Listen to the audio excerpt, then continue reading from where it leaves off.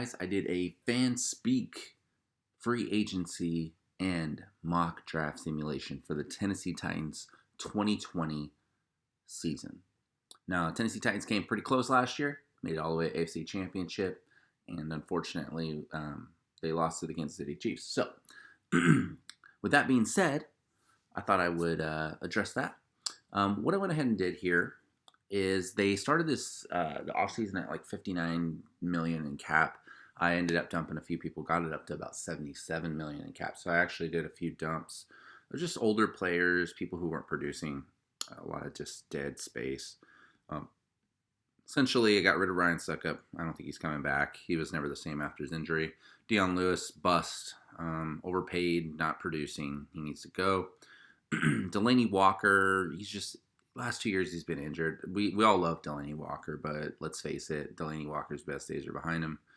And I really feel like he should just retire at this point. He's done a lot of good in the game. So Cameron Wake, aside from the 2 sacks he got in our first game against what was it, the Browns, he didn't really do much.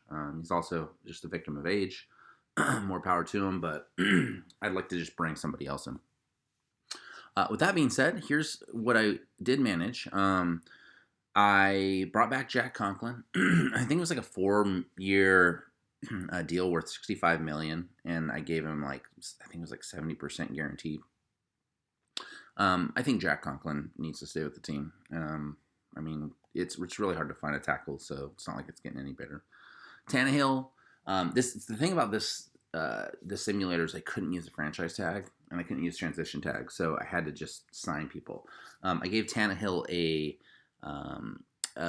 4-year, I think it was like $22 million a year, and it was like 65% guaranteed. So we actually got Tannehill a really good deal. Like, look at the cap hit; it's only $15 million because basically the cap hit's based off of the percentage that's guaranteed, right? Like, we could dump him if he didn't perform and still save some money of half of that.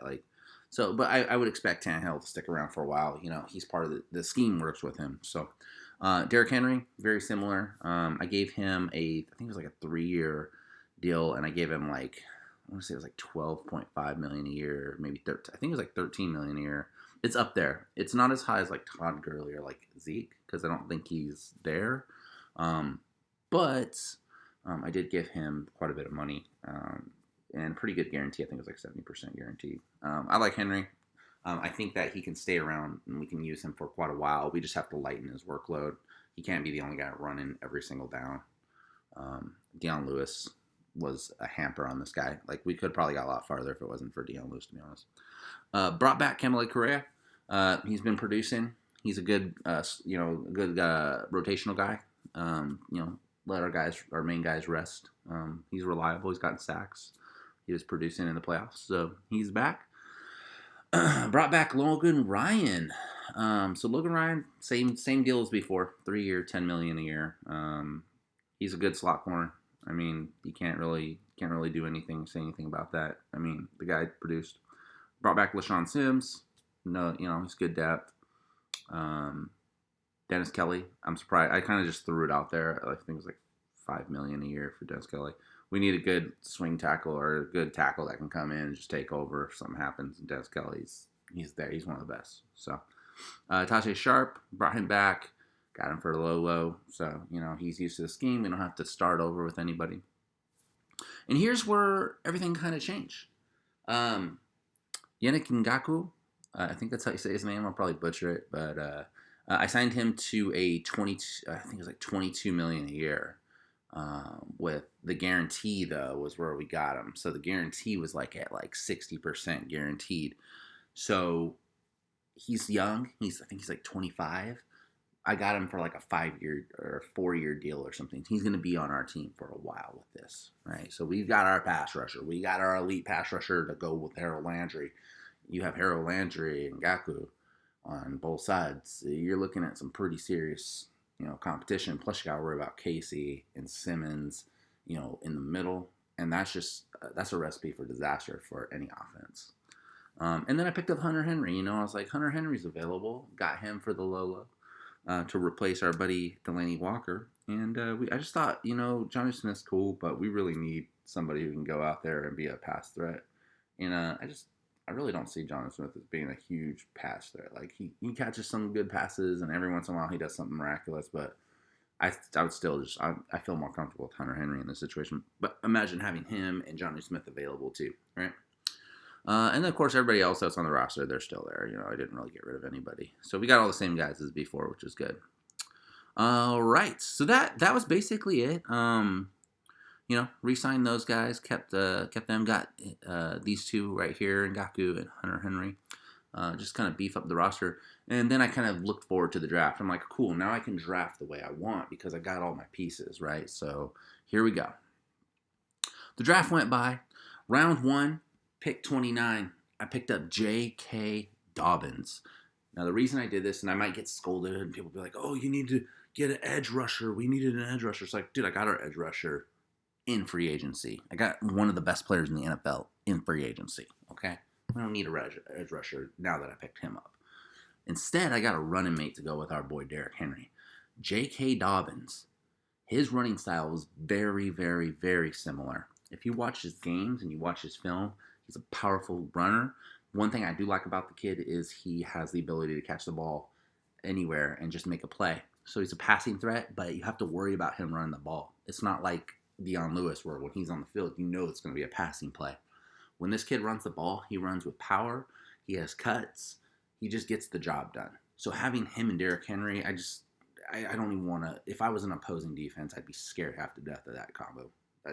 That's just the way it is. Round 2, pick 29 came up, and I started thinking, one thing that kind of worried me last year is we've got like Jaylen Brown, we have, like Rashaan Evans, and I was thinking like, man, like if they get hurt, like we start to suffer. During that last Ravens game, we started losing linebackers. I started getting scared. Like, damn, people going down, they're getting hurt. And I picked up Kenneth Murray. He's ranked number 1 right now as far as linebackers are concerned, inside linebackers, and he's just a freak of nature. Like, go watch his film. Just watch his film. I honestly don't even need to explain.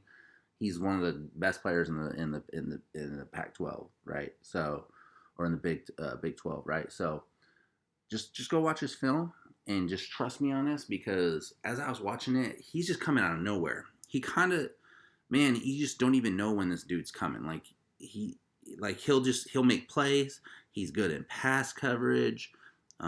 He's just all over the place, man. I mean, the guy is a machine, legit machine. I will go out on a limb here and just say, like, without a doubt, probably he's just an animal. Like, the guy's just an animal.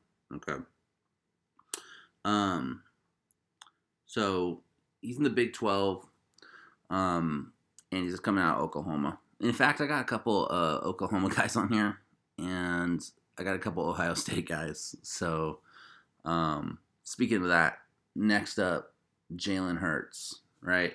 And I know people are going to be like, oh, why'd you get Jalen Hurts? That sucks. And I'm like, well, we needed a backup quarterback because I didn't have anybody, and I don't want to go out there with the scrub or just some, like, random dude. Like, I didn't want to pick up, like, A.J. McCarron or something.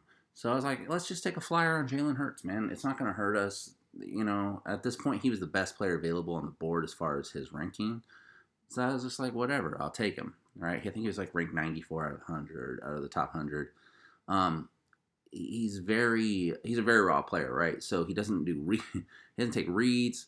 He kind of reminds me of basically just like Marcus Mariota, but like he doesn't make as good reads, and he basically just doesn't make as good reads. So I feel like now that we got Tannehill signed up, we could get Jalen Hurts, maybe work with him. Maybe this will be our quarterback after Tannehill goes. Maybe we can get enough time in to teach this guy, have Tannehill like learn him, because he's an athletic guy.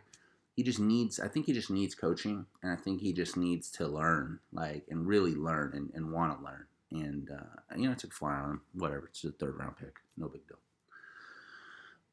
We lost our 4th round pick. We traded it for Ryan Tannehill last year, or the other year. So that's obvious, right? So we didn't get a 4th round pick. So moving on to 5th round, I went with Tremaine Ingram.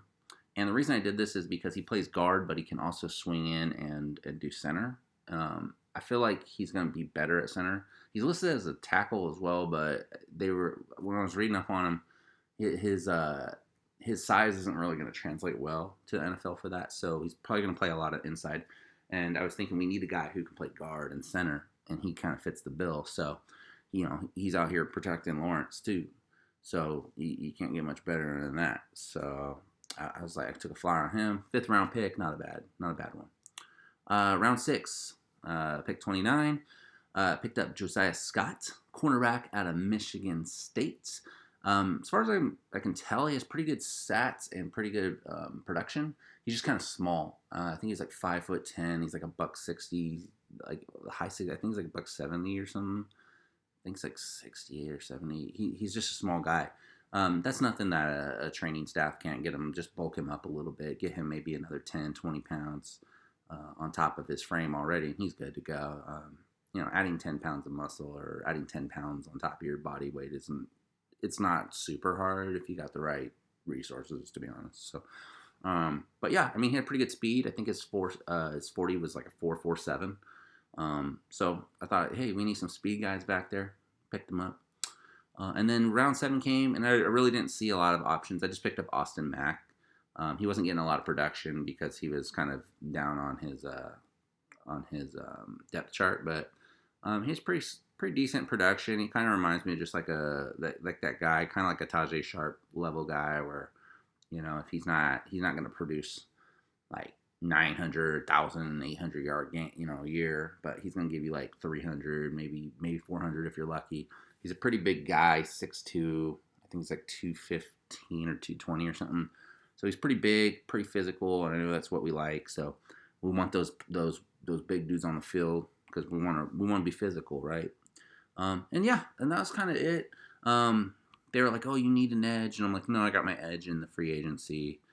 Filled these slots here. I kind of filled my center already with Tremaine, and tackle. I already filled that when I re-signed Dennis Kelly. You don't need another safety, guys. This is so stupid to me just to see that they're like, oh, you need safety. It's like, dude, we got Hooker, we got Vaccaro, really? Like, some of this stuff just makes me laugh when I look at it. Like, oh, you guys need safety. Like, get out of here with this nonsense. I filled some of these too, and I already filled Hunter Henry in free agency, so I didn't draft a tight end. But I think I did good. What do you guys think? Let me know. We still got $10 million in cap room too, on top of everything. So I still got us, around like 10 million. It's not bad, it'll carry over. But what do you guys think? Let me know. I'm curious to know. Have a good one.